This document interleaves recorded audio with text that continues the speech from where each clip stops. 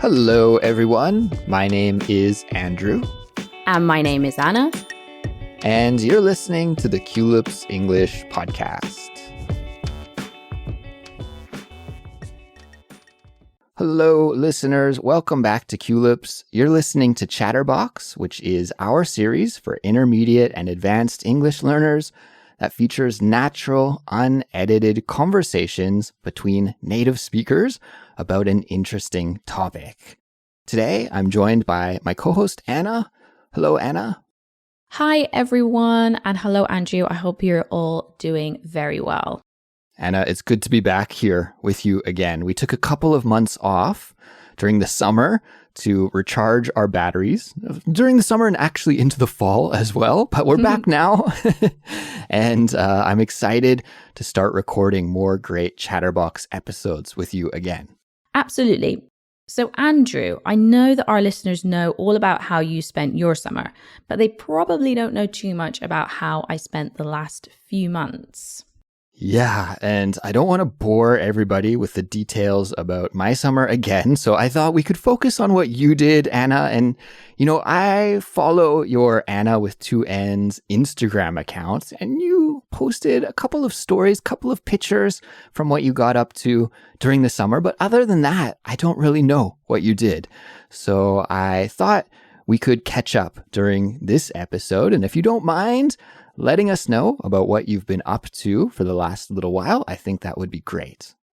Sure, of course, absolutely. But before I tell you all about that, Andrew, let's remind all the listeners about the study guide for this episode because it could be really useful. Indeed. So, guys, we make study guides and transcripts for all of our episodes, and we design them to help you build your English skills and to reach your learning goals faster.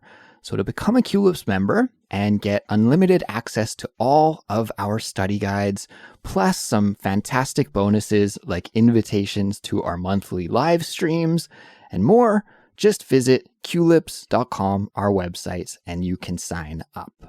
And now let's get into our conversation, Anna. So today we're talking about how you spent your summer and early fall and what you've been up to the last few months.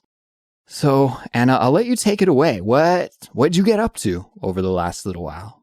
Yeah, well, summer feels like a rather long time away now. It always seems like that when you start again in September and you think, what happened to my summer? Where did it go? The time seemed to pass really, really quickly. But I did a little bit of a mix. I did some work. I was working a little bit and then I took a month off. Wow. Which is my classic summer vacation now, or holiday. Oh, I can't believe I said vacation. That's not like me. Is vacation a North American word? Absolutely. Absolutely. Yeah. Oh, so British people, or in the UK, you would say holiday. Absolutely. Yeah. Guys, if you were speaking to anyone in the UK, they would definitely say holiday rather than vacation. So I'm not really sure why I said that. But anyway, vacation. So I started doing that a couple of years ago. And for me, like a month is just, I'm very lucky that I can take a month. I take some unpaid leave and some paid leave. So I kind of put it all together. There's a really cool thing in Spain that everyone who's employed can have up to 2 weeks unpaid leave per year. You can use it if you want to, but you have to use all of it at the same time. Oh, interesting. Yeah. So I kind of stick it all together and I take off a month. And that for me is like the perfect time to really disconnect. Because for me, a week is not really long enough because I'm still thinking about when I'm going to be going back. So 1 month gives you enough time to actually relax and think, okay, maybe I just want to read a book or I don't know, whatever. So I had a month off and I actually went to Scotland. I don't know if you've ever been to Scotland, Andrew. I have been one time in 2019, right before the pandemic, the summer before the pandemic. I visited Scotland only for like 4 days, I think I spent in Scotland total. So it wasn't very long, short but sweet, but yeah, it was fantastic. I really enjoyed it. Where did you go? Where did you visit? I visited the classics, Edinburgh and Glasgow, and I went to my mom's hometown, which is called Dunoon. and I visited my cousin there. And I got to see a lot of cool stuff, like where my grandparents grew up, like my grandma's house, my grandpa's house, and some other family like areas in this small town. So it was a really meaningful trip. It was really special, I think. Yeah, and if you guys don't know, so Scotland's well above England, just to just clarify that, and there's loads of amazing places. You've probably heard of Edinburgh. Edinburgh is really, really famous. It also has an amazing festival in August, the Fringe Festival. And you've got Edinburgh. Another big city is Glasgow. And then at the top of Scotland, Scotland's actually got the Highlands, which are right at the very top. So if you look on a map and you look at the UK, the Highlands are right at the top. And then you've got like other islands as well. Like you've got the Orkney Islands, the Shetland Islands that are way up there in the North Sea. So all of that is part of Scotland. But I actually went to the Highlands, the furthest I've ever been to the top of the UK. So it was right up there in that last tiny slice of Scotland at the top, near Inverness. Wow, that's amazing. I actually wanted to go up north. Like I wanted to spend more time in Scotland, but unfortunately I just didn't have enough days. There's never enough time, right? So I had to be kind of picky and choosy about the places I visit. Hopefully I'll go back again in the future and visit some of the places that I wasn't able to see. But Anna, how did you get way up there? Did you fly directly from Spain, or did you go to London first and then kind of work your way up? Or did you fly up? Did you take the train? How do you get there? Because it is quite remote, isn't it? Yes, I would say that it's probably the most remote place I've ever been to in the UK. Because you have to remember that the UK has got like a big population and we're all kind of squeezed together, especially in England. England's got the majority of the population of the UK, and in Scotland, the population's around 6 million and much more spread out. So, you know, in England, you can't really find places like you can in Scotland that are really, really isolated and remote. So in terms of getting there, well, there's no way I could get a direct flight to Inverness from Madrid, I don't think. Right. It's not a popular route, you know? There's not people from Madrid sort of every day like, oh, do you know what? I'm just going to go up to Inverness for the day. Yeah. So I took the plane from Madrid. I went to Edinburgh, and then I stayed at my grandmother's house. So I also have family from Scotland like you, Andrew, and I stayed in Perth, which is where I was actually born, which is another city near Edinburgh, about an hour away. And then we drove from Perth to this place where we stayed, and that was about 4 hours from there. So from that place near Edinburgh to where we were going was still 4 hours driving. Wow. So it's quite the hike to get there. Yeah. I was like, Mom, let's not make this a regular thing, right? You know, you're like, it's beautiful though, but you think, wow, it is a real nightmare to get there. I mean, you have to drive. There's like one bus and it goes once a day from Inverness. And by the way, guys, sorry, just to be clear, Inverness is kind of the last big city before you go into the Highlands of Scotland. You may have heard of it, actually. It's quite well known, and it has a train station. So you can actually get a train all the way from London right the way up to Inverness. It's like 9 hours. So, but you can actually get a train from London to Inverness. So it's like the last big city. Well, it's not really a big city. It's like the last big town. Okay, Anna, but I have to ask you, by Scottish standards, what is a big city or a big town? Are we talking like maybe 100,000 people for a population, something like that? That is a really good question. And do you know what? I'm actually going to have a little look at that because I have no idea. Okay. I'm going to guess 100,000 people. Oh, right. You might be sorely disappointed, Andrew, because it is 46,870. But that was in 2012. So that was 10 years ago. So I imagine that we're thinking more around the 50,000 mark. I don't know. I was way off. And you were also way off by calling it a big city. Yes. Okay. All right. It's more like a town, but it is technically a city. Okay. So, Yeah, I actually really want to do. There's a really cool thing where you can get a train from London to Inverness, and it's called the Caledonian Express. Oh, And it's where you can have a room where with a bed, and it's very posh and da da da. And you can sort of, it's like an overnight train. So you get on the train at 9 o'clock at night in London, and then you arrive in Inverness the next day at 8 o'clock in the morning. And that's on my bucket list. It's really expensive, so I think that will have to wait for a couple of years, but it's one thing that I really want to do. I think maybe most people's idea of spending like 500 euros would not be paying for an overnight trip on a train. But for me, it's really interesting and I really want to do it. But well. Yeah, I get where you're coming from. There's something like romantic about that. It's like kind of old fashioned, you know, like, I don't know. I get it. I think that would be fun. Yeah.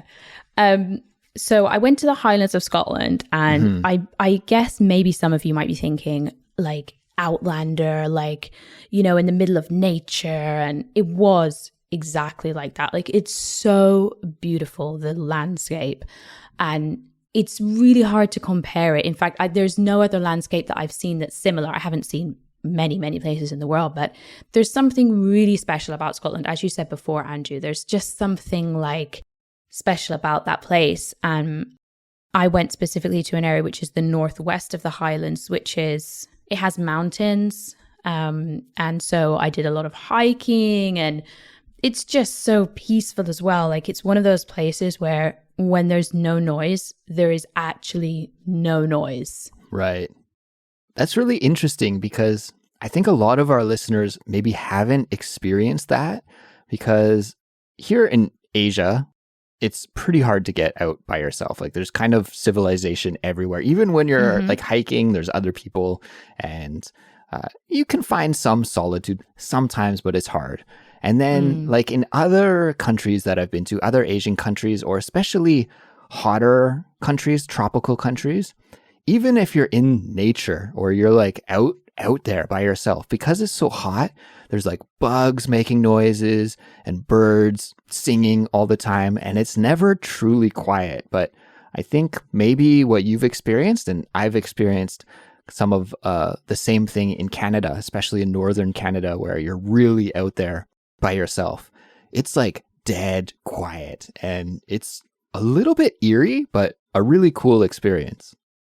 Yeah. And like you said, I mean, I live in a city as well. So there's like that background noise of just traffic and people and whatever. And here, just to give you a comparison, the place where I went had a population of 80. And that's probably being optimistic. I don't know where those 80 people were, but I saw about 2 people when I was there. So I don't know if they're living in some kind of secret bunker or I don't know. But I mean, there was a few cottages. So these are kind of like small houses, and that was it. I mean, it really was remote and quiet. And, you know, you wake up in the morning, you go outside, and all you hear is the sea, the birds, and whatever. And that's just a different type of environment. And I feel really lucky that I was able to go there, because it really was incredible. So, you know, I always recommend people to try and find somewhere like that. But you think, wow, I love it for a week, but to live, I don't know. You couldn't do it? I mean, the closest thing to, like, you know, there was a tiny shop, like a little supermarket or grocery store, maybe as we would say. And, you know, that was the only shop for 13 miles. Wow. Are prices quite expensive too?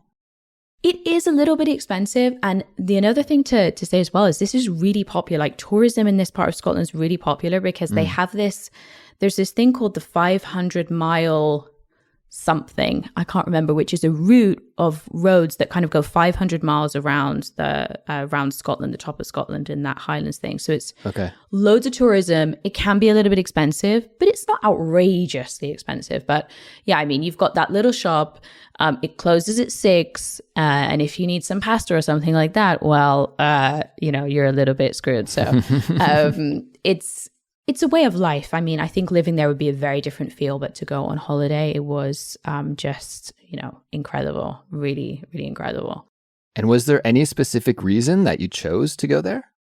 Yeah, so someone in my family has rents a house there every year, and so we decided to go there. It's the first time I've been there actually, so it was great and just it was fantastic. The nature. We went hiking. There was like a little beach near our house. And okay, one thing I have to be really clear about, okay, because some people are probably thinking, but what was the weather like? Yeah, I was going to ask you about that because I visited Scotland in August as well when I was there, and I was wearing a jacket and it was like raining, and yeah, it wasn't summery according to my definition of what summer is. So, did you get lucky, or were you kind of rained out? What was it like? I got lucky. So we had, I think, some of the best weather I've ever seen in my life in Scotland in summer. Really? You can't imagine. Wow. It was clear blue skies. And this is massive because when you're in these parts of Scotland, it's nearly always cloudy. Okay. Even if it's sunny, there's normally always a cloud in the sky. So to have a complete sky free of clouds is like, I don't know. I've never seen it before in my life, to be honest. And we had the consecutive days of that. So we were so, so lucky. But that is absolutely not a representation of what the weather is normally like. So normally the weather in Scotland is grey. Mm-hmm. It's rainy, especially in August. So it rains a lot. And really it's like the typical weather in the UK. You can have a sunny morning, then it starts raining, then it's windy, then there's a thunderstorm, then it's sunny again, then it snows. I mean, really, you can get everything in a day. So it's very unsettled. But we just had, I don't know what happened, but I can't complain at all. But there is one thing that I really don't like about Scotland. I don't know if you've heard of these things. They're very small, they have tiny wings, and they're called midges. Midges. I haven't heard of them, but I'm wondering if we have like a similar insect in Canada and we just call it a different name. Let me see. Can you describe it for me? So midges, and this is the one kind of Achilles heel about Scotland, as well as the weather, obviously. But maybe the Scottish Tourism Board won't be very happy with me saying this. But in summer, these tiny little bugs called midges, well, actually it's called the Highland midge, invade Scotland. Well, populate. And they are these tiny, tiny, tiny little flies, and they bite you. They're not mosquitoes, but they bite you. And they are everywhere. Not in the big cities, but when you're out in the countryside and you're in nature, whatever, they are everywhere and they swarm. Whoa. So you'll get out of the house and they'll just be like, oh my God. Okay, no, I don't know about this bug. This is the first time hearing about it. It sounds terrible. They're annoying because apparently they sense you with carbon dioxide, right? So once you start going outside, they can kind of see where you are and then they kind of all travel towards you. And then in one moment you look around and they're like all swarming around your head. Oh, gross. Yeah, so this is one thing is that it's hard to kind of enjoy the outside sometimes if there are lots of midges. So I don't know if most people know about that, but that's the one thing that is just so annoying. Like you can't have your windows open. You can't be outside for too long if there are a lot of them. So the perfect thing is you need a little bit of wind.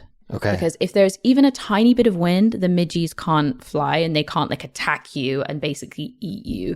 Because I went hiking a lot as well, they do bite you. So you come back from the day and you've got bites, the kind of itchy bites all over your arms and things like that.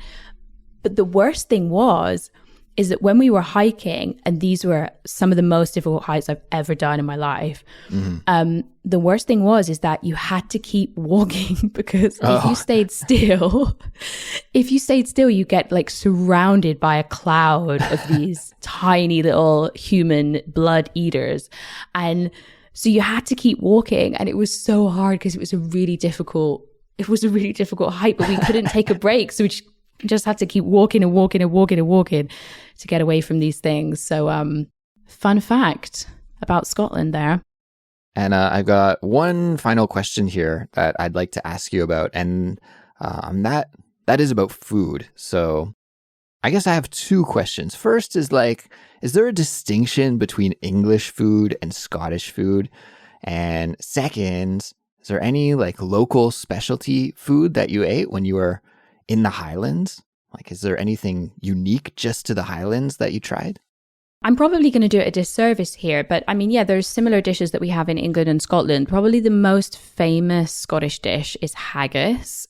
But haggis is a particular meat which people eat on Burns Night, which is in January. So it's not necessarily something that people eat all the time, but sometimes. So it's called haggis, and it is a mixture of some kind of meat. It's kind of gross, but really tastes incredible. When I was in Scotland, actually, I was staying at like a B&B, and they had a free breakfast every morning, and haggis was on the menu. It was one of the options that you could order. So I was like, I'm just going to order it every day. I ate it every day. It was actually surprisingly good, but the name sounds kind of gross. And also I don't know exactly what it is, but I heard originally it was like a sheep's stomach that is stuffed with something. It kind of tastes almost like a sausage, like a dry sausage or something like that. But yeah, that is a typical Scottish food for sure, haggis. It is, and that's what comes to my mind. It's a typical Scottish thing. It's best not to think about what's inside it and just kind of, Yes. eat it. It tastes really nice. That's the thing you've got to keep in mind. Another couple of classic things that are very Scottish. They're not necessarily foods, but the Scottish drink is Iron Brew. So that is the iconic Scottish drink. Yeah. Which is a bright orange fizzy drink. It looks kind of nuclear. It does. I think it's the most popular fizzy drink in Scotland. So that is like the quintessential Scottish drink. Mm-hmm. And then other things that I eat in Scotland specifically for there are like biscuits. So they have something called Tunnock's caramel wafers and snowballs, which are like chocolate with marshmallow inside, and tea cakes. So those are some of the things, biscuits and things like this, that are very, come to my mind about thinking about Scotland. So nice. Yeah. All right. Well, I'm glad that you had a great time and that you made it back in one piece and you weren't completely eaten alive by the midges. And now that you're back in Spain, do you feel, refreshed and ready to go again? I do. I do feel refreshed, and I think it did me so much good just getting out there, being in nature, because that's one of my favorite things to do. And I think I'm really glad that I got to go there. And I definitely encourage you guys as well. If you're thinking about going to Scotland, there's some amazing places, or if you've maybe in the future or whatever, but there's, many more places apart from Edinburgh. Edinburgh's amazing, but there's so many different places that you can go and see. But be careful of the midges, guys. Be careful of the midges. You heard it from me first.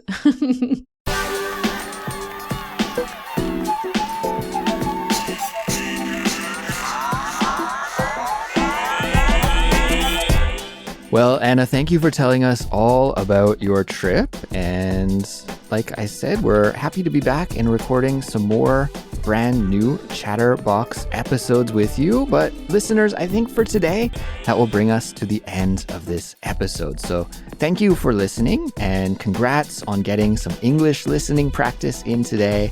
Great job on that. And now it's your turn to contribute to the conversation. So maybe you have a question for Anna, or maybe you visited Scotland and would like to tell us about your experience. Or maybe you've just done something interesting over the summer and the early fall here as well. Get in touch with us and let us know. And you can do that by leaving a comment on our website or posting on our forum. If you like Culips, please support us so we can keep making free English lessons each and every week. The best way to support us is by signing up and becoming a Culips member. To learn the details and to sign up, visit our website, which is culips.com. You can also support us by following us on Instagram or YouTube, telling your friends who are learning English to check Culips out, or by leaving us a 5-star rating and a positive review on your favorite podcast app. We'll be back soon with another brand new episode, and we'll talk to you then. Goodbye. Bye.